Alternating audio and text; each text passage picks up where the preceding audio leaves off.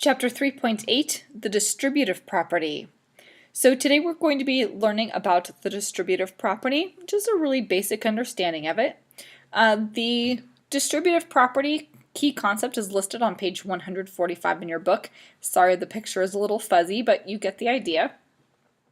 So both of these pages are going to be talking about the distributive property. And the distributive property shows how multiplication affects addition and subtraction. So what do we mean by that? If we come down here and we look at the two examples, the arithmetic examples, that means that 8 times the sum of 4 plus 6 will be the same as 8 times 4 plus 8 times 6. Meaning that if I take each of my addends and multiply it by 8 individually and add it together, I'll get the same answer. So let's take a closer look at that. So here in this diagram, I have 3 times 5. We know that 3 times 5 is equal to 15. And I'm going to add that to 3 times 7. 3 times 7 is 21. And 15 plus 21 is 36. If I would to count them, I would have 36 tiles altogether. So I would multiply 3 times 5, I would multiply 3 times 7, and add them together. The distributive property says is that since I'm multiplying both 5 and 7 by 3, that if I add 5 and 7 together to get 12, then I can multiply 3 times the sum of 5 plus 7. Well, 5 plus 7 equals 12, and 3 times 12 is 36. So I can either multiply and then add, or I can add and then multiply, and I get the same answer.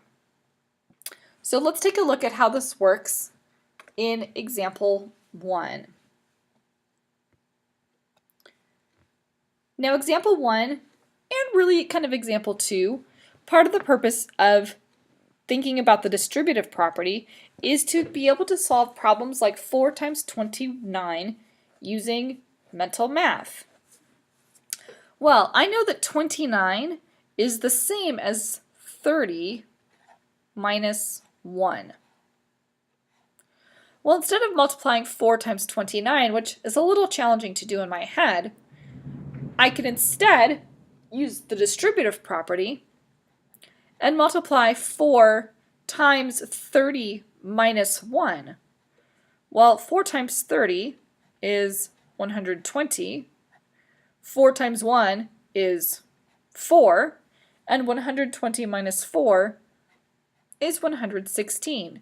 So I was able to do all of that in my head, whereas I may not be able to do 4 times 29 in my head. So again, I'm going to change 29 into rounding to the nearest 10, round 29 to 30, and subtract 1 because I need to, I rounded up 1, so I would need to subtract that 1 again.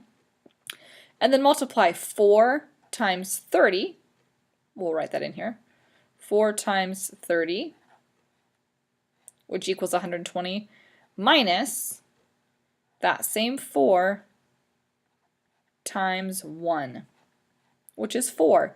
So 404 times 30 equals 120. 4 times 1 equals 4, and 120 minus 4 equals 116. Okay, so let's take a look at example 2. This is the same kind of a problem, just in a word problem form. So a summer job as an assistant camp counselor pays $6.50 an hour. This must have been a while ago. That's not a whole lot. How much does the counselor earn for working 8 hours? So I know that in order to find how much I'm going to earn, I'm going to multiply 8 hours times $6.50 an hour, or 6.5. Well, that's a little challenging to do mentally, so I'm going to break this 6.5 into its parts. 8 times 6 plus 0.5, or 1/2. So then I'm going to distribute, and I'm going to multiply 8 times 6. I'm going to add that to 8 times 0.5, or 8 times 1/2. Well, I know that 6 times 8 is 48, and 8 times 1/2, or half of 8, is 4, and 48 plus 4 is 52. So the camp counselor would earn $52 for working 8 hours. Not a bad deal.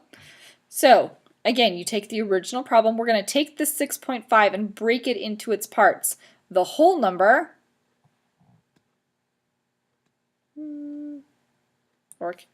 so the whole number and the decimal. Okay, then you're going to multiply 8 times each of those parts. 8 times the whole, 8 times 6, 8 times the decimal, 1/2, and then you can solve mentally. Okay, take a stab at your QCs and your CYUs, and I will answer questions the next time I see you.